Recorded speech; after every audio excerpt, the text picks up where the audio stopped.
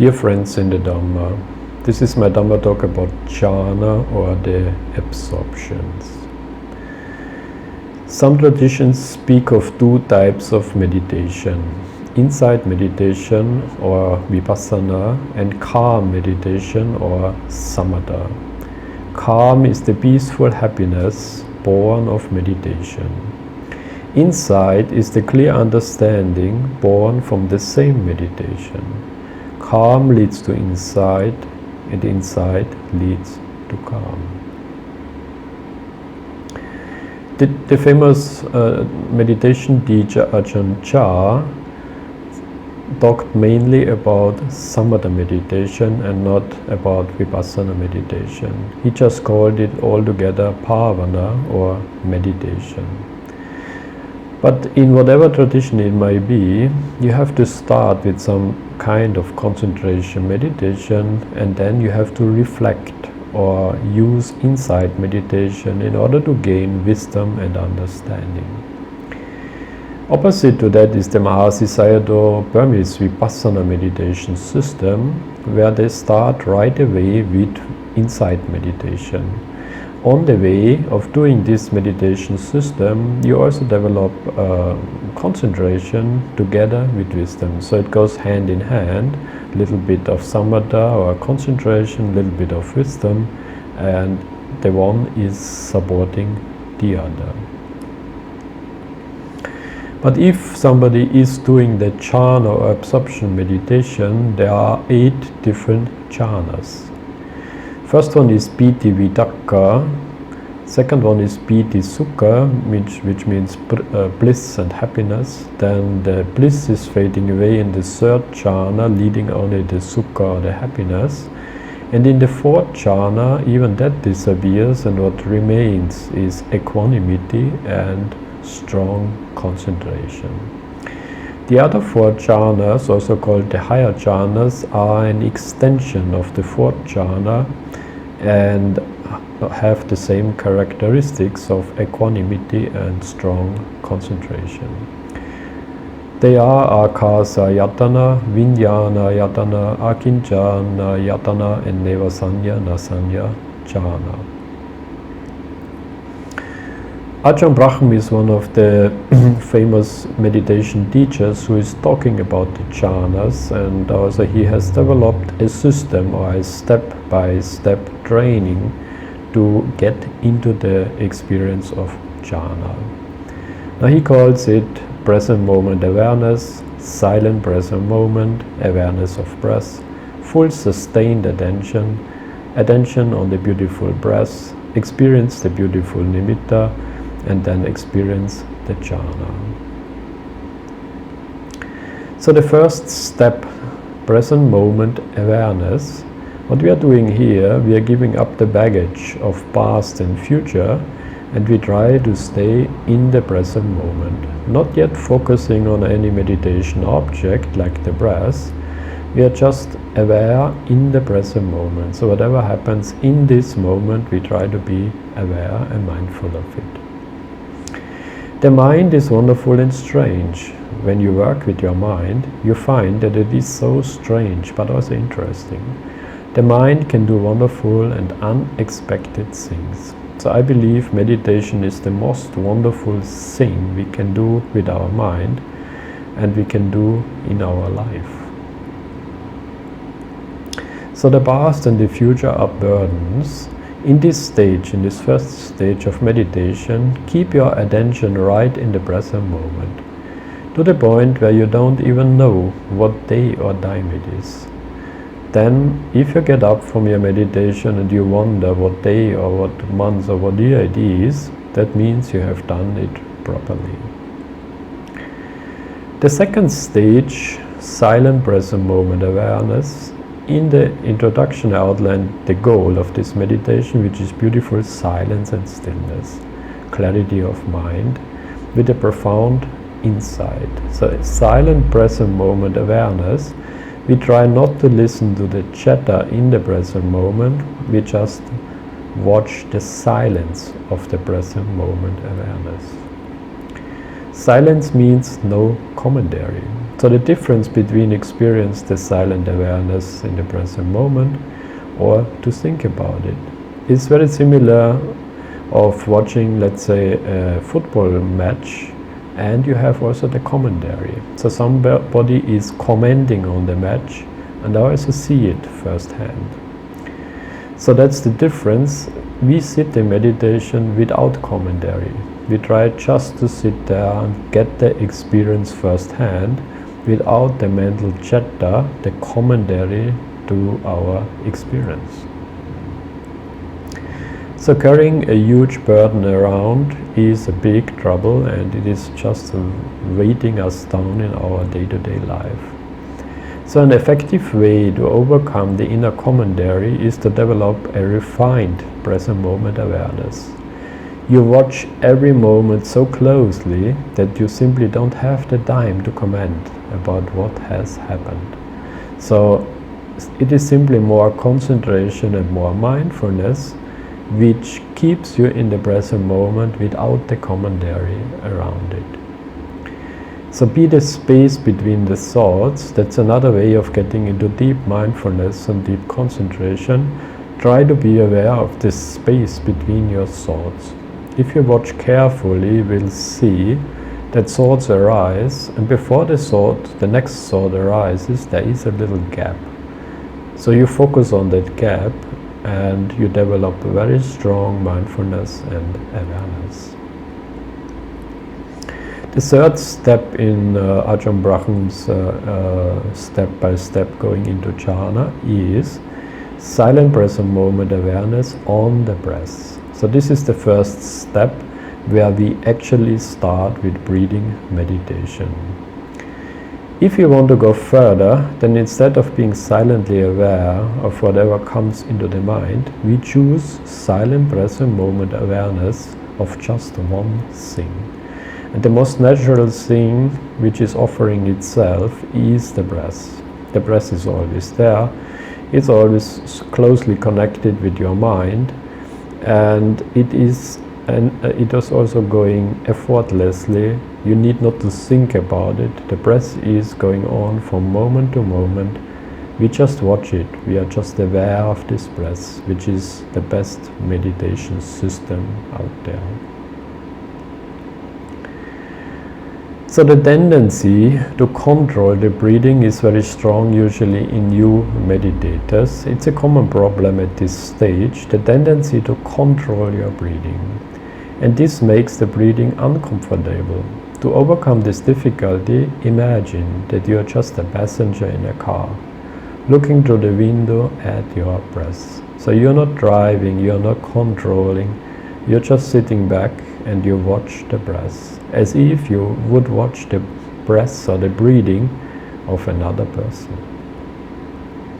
The fourth stage is full sustained attention on the breath.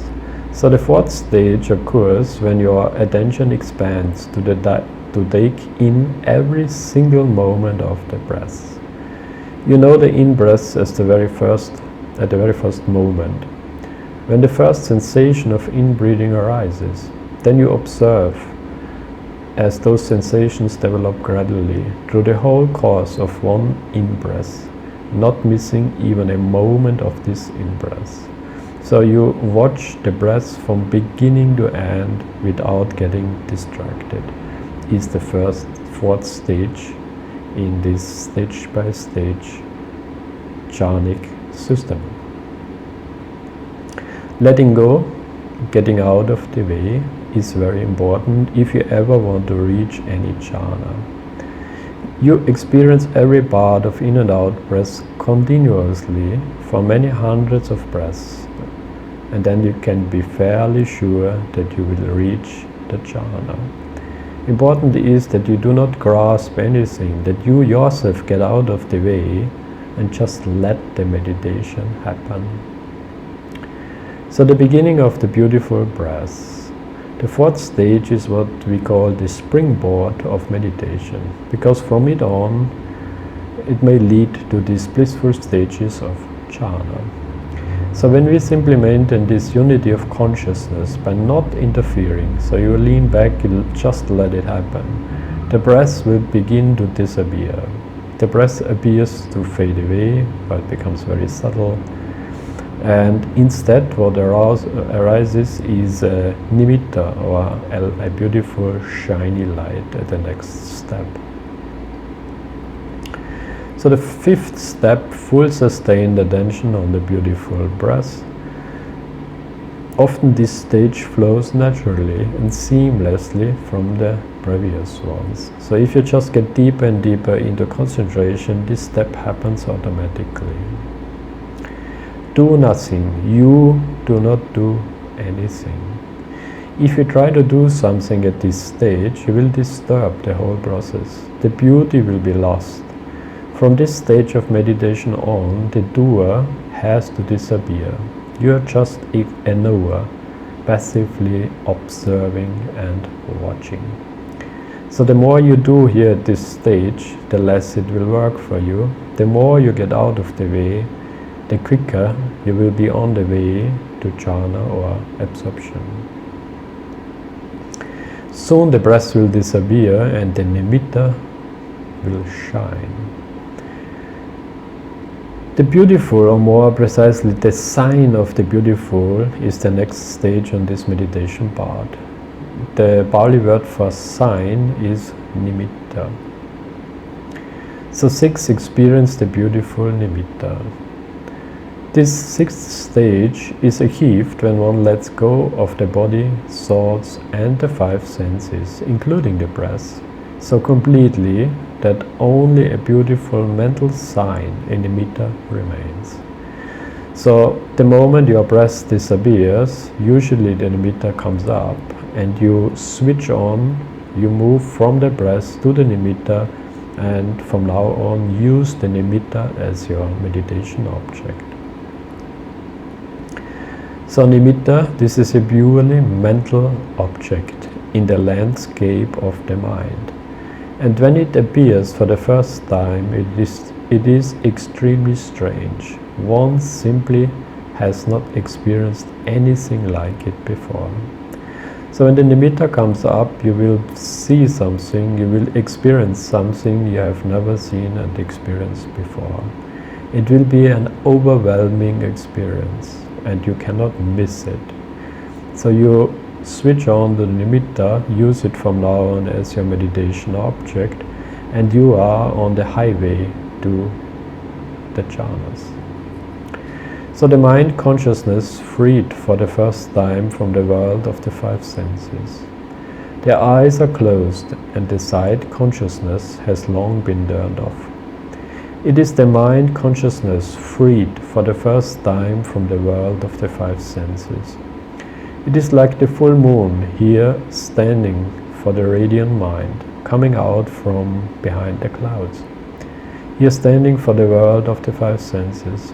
It is the mind manifesting it. For other meditators, perception chooses to describe this first appearance of mind in terms of a physical sensation, such as intense tranquility or ecstasy. Again, the body consciousness has long since closed down, so this is not a physical feeling. It is just the interpretation of the mind about the nimitta, or about this purely mental sign. Here also we see the qualities of a nimitta just to distinguish between the real nimitta and something which is just distracting you. So if it is the real nimitta, it will come up only after the 5th stage. It will only appear when the breath disappears. It will also come up when the 5 senses are completely absent. So as long as you still feel any of the senses, it cannot be a nimitta. When thoughts are absent, so there cannot be any thinking involved anymore. As long as the mind is able to think, neither a nimitta nor a jhana can happen. It will be a strange but very attractive object. It will be beautiful and a simple object. So it will not be any very complex object, it will be something very simple. but it does change from person to person. As we said, it is just an interpretation of your mind. So according to your character, you will interpret it in a different way.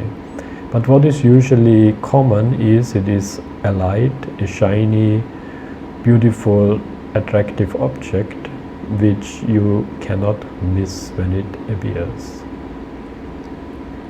So jhanas are stages of letting go. The more you let go, the more you lean back, the more you get out of the way, the quicker you will be able to realize the jhanic bliss. So we have to develop contentment on the beautiful breath, and nimittas and jhanas will happen, they will appear. So whenever you keep on complaining and worrying and doubting your meditation, jhana and nimitta will not be able to come up in your mind. So meditation is a natural process of coming to rest, and it requires you to get out of the way.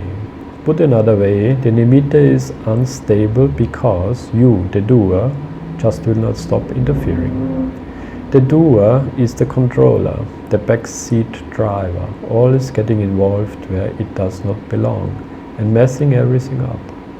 Meditation is a natural process of coming to rest, and it requires you to get out of the way. So the seventh stage is experiencing the actual jhana. There are two common obstacles at the door into jhana. One is exhilaration and the other one is fear. In exhilaration, the mind becomes excited. It says, wow, what is this? If the mind thinks like this, then the jhana is unlikely to happen. This wow response needs to be subdued in favor of absolute passivity. You can leave all the vows until after emerging from the jhana, where they properly belong. The other one is the fear, because it is an experience you have never experienced before. Also, you let go, you give up all control over your life, your mind and body. You let go of everything. That creates in many people some fear, because they like to be in control of their lives. According to the Buddha, the jhana should not be feared, but should be followed, developed and practiced often. Also, there were some people who complained. They said jhanas are bliss, so you are just enjoying the senses. But it is a bliss without the senses. So it is a bliss which has nothing to do with the senses, and also does not lead to disadvantage and does not lead to bondage. The hindrances have to be overcome in order to reach the jhana. Sensory desire, ill will, sloth and torpor, restlessness and doubt you have to overcome them if you want to reach a nimitta or a jhana. In the jhana, the hindrances are knocked out automatically, so they are completely on the floor. You will not be able to see any of the hindrances. Even after jhana, it lingers still on, and the hindrances will not be able to come up. But it is only temporary. Sooner or later, they will come up again, and they will reappear in your life. But the more you return to those deep stages, the more often the hindrances get knocked out. And the more you get used to this state of mind without the hindrances, without the defilements, the more you will understand what Nibbana is all about. And the more you will feel the taste of liberation in your mind. So may you all enjoy the bliss of jhana. Try to do the samatha meditation, and try if you are able to reach the jhanas. I myself did samatha or jhana concentration meditation for 2-3 years in Sri Lanka. Usually for this type of meditation, it is good to have a very secluded place. So if you can find a very secluded place, make some time for your meditation and find out if you are gifted, or if there's any experience from the past, you should be able to practice the jhana. Once you have the jhana, even the other vipassana meditation is very easy because the mind is very strong and concentrated. So I hope that all of you will be able to reach the jhanas, to make some progress in your meditation. May you all be able to free your mind and reach stages of awakening. Sabitiyo vivachantu saparogo vinasatu Made Bhavatvandarayo Sukhiti Gayuko Bhava.